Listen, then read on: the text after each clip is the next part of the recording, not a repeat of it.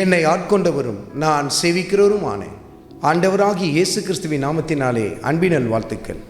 கிறிஸ்து இயேசுவுக்குள் மிகவும் பிரியமான அன்பு சகோதர சகோதரிகளே, ஏசாயா தீர்க்கதரிசியின் புத்தகத்தில் 37வது அதிகாரத்தில் 23வது வசனத்தில், யாரை நிந்தித்து தூஷித்தாய்?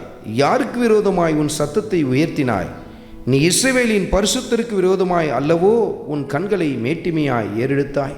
சனகரிப் என்கிற அசிரிய ராஜாவுக்கு விரோதமாய் கர்த்தருடைய வார்த்தை கர்த்தருடைய தீர்க்கதரிசியாகிய ஏசாயாவின் மூலமாய் வெளிப்படுகிறது.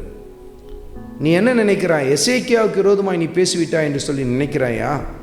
எசேக்கியாவை தூஷித்தாய் என்று சொல்லி நினைக்கிறாயா? இல்லை, நீ கர்த்தருக்கு விரோதமாய் தூஷணத்தை ஏறெடுத்தாய். நீ கர்த்தரை நிந்தித்தாய் என்று சொல்லி கர்த்தருடைய வார்த்தை வெளிப்படுகிறது.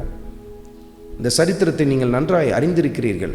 வேதத்தில் 3 இடங்களில் இந்த காரியத்தை கர்த்தருடைய ஆவியானவர் எழுதி வைத்திருக்கிறதை நீங்கள் பார்க்க முடியும்.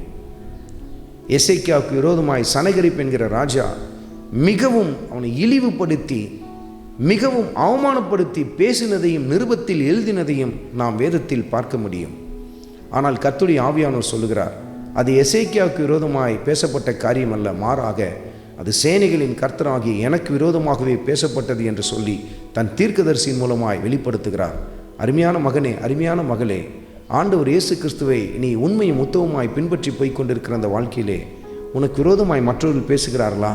கலங்கி விடாதே, மனம் தளர்ந்து போய் விடாதே, மூளையில் போய் முடங்கி விடாதே. அவர்கள் உனக்கு விரோதமாய் செயல்படவில்லை, உனக்கு விரோதமாய் பேசவில்லை, மாறாக நம் ஆண்டவராகிய இயேசு கிறிஸ்துக்கு விரோதமாய் தான் பேசிக்கொண்டிருக்கிறார்கள். அவருக்கு விரோதமாய் அவர்கள் பேசினார்கள் அல்லவா? அவர் அவர்களுக்கு பதில் கொடுப்பார். நீ அவர்களுக்கு பதில் கொடுக்காதே. கர்த்தர் அவர்களுக்கு ஏற்ற வேளையிலே பதில் கொடுப்பார். அது இரட்சிப்பாய் அமைய வேண்டும் என்று சொல்லித்தான் நீங்களும் நானும் நம்முடைய ஆண்டவர் இயேசு கிறிஸ்துவோடு கூட பேச வேண்டும். பாருங்கள் அருமையான மகனே, அருமையான மகளே, மனம் தளர்ந்து போய்விடாதே, சோர்ந்து போய்விடாதே. நம் கர்த்தர் நம்மோடு கூட இருக்கிறார். நமக்காக வழக்காடுவார், யுத்தம் செய்வார். ஆண்டவராகிய இயேசு கிறிஸ்துவின் கிருபை உங்கள் அனைவரோடும் கூட இருப்பதாக. ஆமென்.